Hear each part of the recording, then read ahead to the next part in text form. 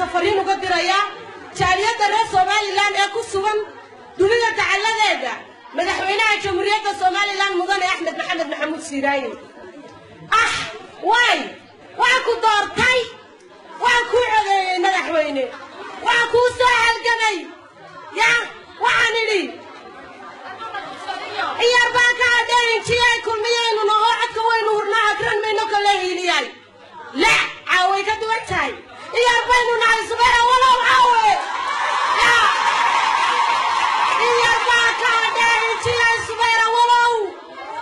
xilka waynu hanano inaga hamtine hiiliyay muuse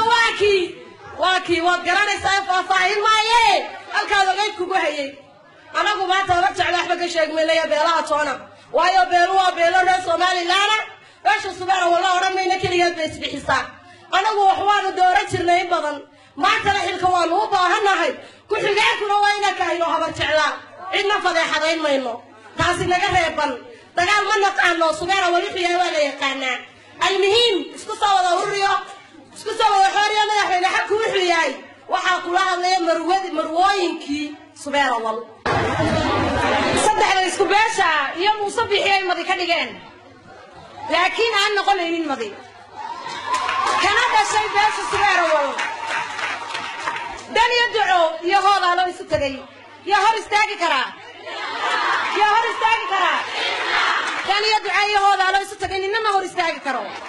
Soomaalidu waxay ku maamaadaa quraanka